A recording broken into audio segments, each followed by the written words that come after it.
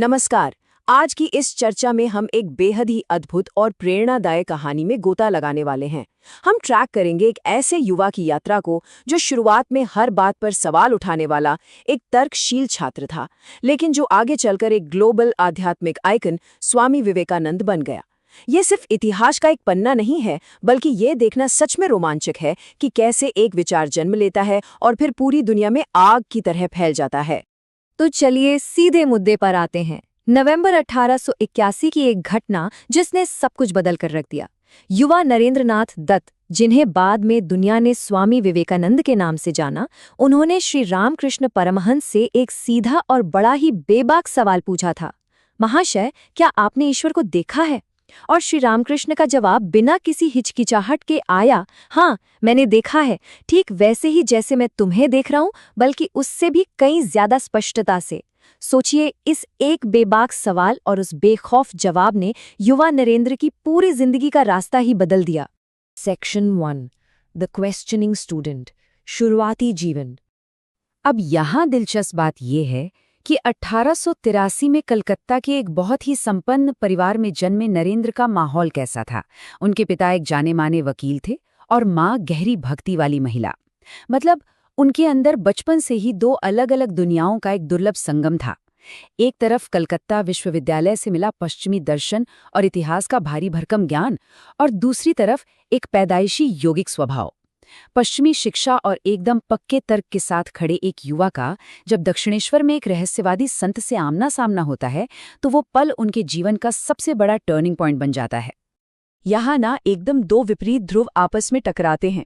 एक तरफ नरेंद्र का विश्लेषणात्मक पश्चिमी शिक्षा वाला दिमाग है, जिसे हर चीज का ठोस सबूत चाहिए, और दूसरी तरफ है श्री रामकृष्ण, जिनका प्यार एकदम निस्वार्थ है और उनके पास एक पूर्ण आध्यात्मिक निश्चितता है। ये सिर्फ एक बहस नहीं थी, ये ज्ञान और सीधे अनुभव के बीच का मिलन था, जिसने इतिहास के सबसे अनूठे गुरु शिष्य रिश्ते की नींव रखी। सेक्शन 2, फॉर्जिंग अ ब्रदरहुड, संघर्ष के वर्ष। ये बात हमें बहुत स्पष्ट रूप से दिखाती है कि एक छात्र से लीडर बनने का सफर आसान बिल्कुल नहीं था।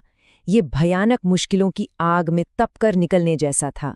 1884 में अचानक पिता की मृत्यु हो गई और परिवार रातों रात गरीबी में आ गया। फिर अपने गुरु श्री रामकृष्ण के गले के कैंसर के दौरान दिन रात सेवा करना और 1886 में उनका दुनिया से चले जाना।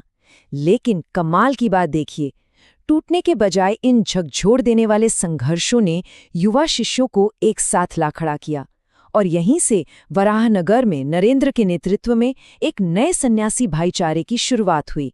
Section 3, discovering the real India, एक ऐतिहासिक यात्रा।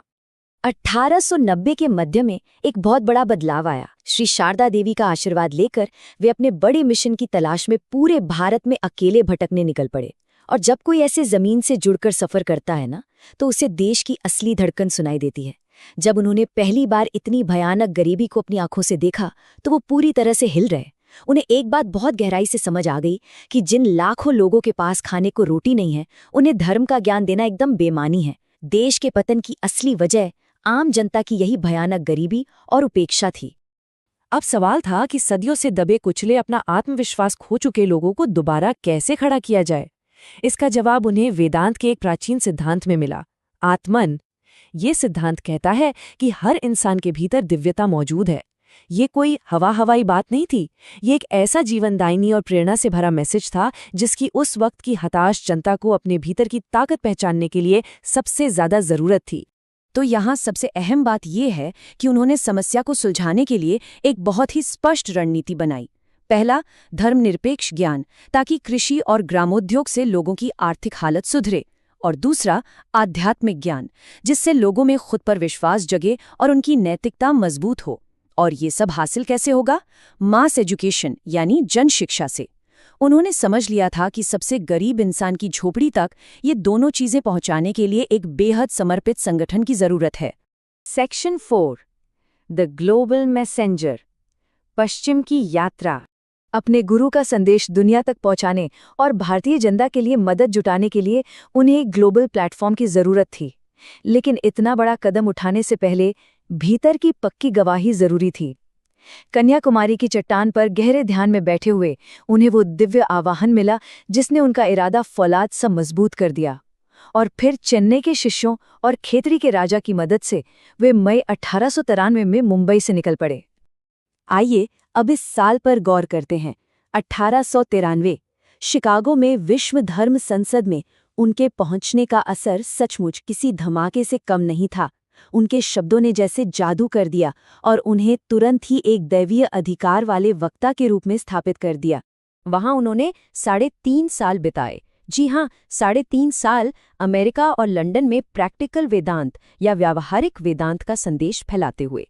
वे सिर्फ एक सन्यासी नहीं थे, वे असल मायनों में भारत के पहले महान सांस्कृतिक राजदूत बन चुके थे। उनका ये संदेश अंतर्राष्ट्रीय स्तर पर इतना ज्यादा प्रभावी था कि कई पश्चिमी लोगों ने तो अपना पूरा जीवन ही उनके मिशन को सौंप दिया। चाहे वो मार्गरेट नोबल हों, जिन्हें हम सिस्टर निवेदिता कहते हैं, जिन्होंने कलकत्ता में लड़कियों की शिक्षा के लिए अपनी पूरी जिंदगी लगा दी, या फिर कैप्टन और मिसेस सेवियर, जोसेफिन मक्लियोड और सारा चैपमैन बुल जैसे समर्पित शिष्य। इन सभी ने उनके इस मिशन में बहुत ही महत्वपूर्ण भूमिका निभाई। सेक्शन 5 अ लास्टिंग लेगेसी, भारत वापसी। जनवरी 1897 में जब वे भारत लौटे तो किसी हीरो की तरह उनका स्वागत हुआ। उनका मकसद अब हिंदू धर्म को एकजुट करना और अपने देशवासियों की सोई हुई चेतना को जगाना था। और इसके बाद चीजें कितनी तेजी से हुई। मई 1897 में रामकृष्ण मिशन की स्थापना, फिर बेलूर मठ के लिए जमीन लेना, जो एक ऐसा मॉडल बना जिसने व्यक्तिगत ज्ञान और समाज सेवा को एकदम बराबर अहमियत दी। फिर पश्चिम का दूसरा दौरा और अंततः जुलाई 1902 में महासमाधि। इतने कम समय में उन्होंने अपने विजन को एक विशाल संस्थागत रूप दे दिया था। रामकृष्ण मिशन का ये तरीका बहुत ही अनोखा था। भिक्षुओं और आम लोगों को साथ लाकर काम करना, अस्पताल और स्कूल चलाना, आपदाओं के समय बड़े पैमाने पर राहत कार्य करना।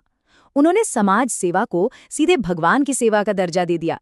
शिव ज्ञान से जीव सेवा, मतलब आधुनिक सोशल मूवमेंट्स के शुरू होने से बहुत पहले ही उन्होंने लोगों की भलाई के लिए पूरी की पूरी एक मशीनरी तैयार कर दी थी। अगर उनके दार्शनिक प्रभाव को समेटें तो उन्होंने धर्म को चेतना का विज्ञान बताकर एक सार्वभौमिक धर्म की बात की। हर किसी के भीतर की दिव्यता को पहचानने वाला आध्यात्मिक मानवतावाद दिया। पूर्वी आध्यात्मिकता और पश्चिमी विज्ञान के बीच वो एक शानदार पुल बन गए। इसी सोच ने जवाहरलाल नेहरू और नेताजी सुभाष चंद्र बोस जैसे बड़े नेताओं को प्रेरित किया और भारत को एक ऐसा आत्मविश्वास दिया जिसकी पहले कोई मिसाल नहीं थी। ये आखिरी बात सचमुच रोंगटे खड़े कर देने वाली है।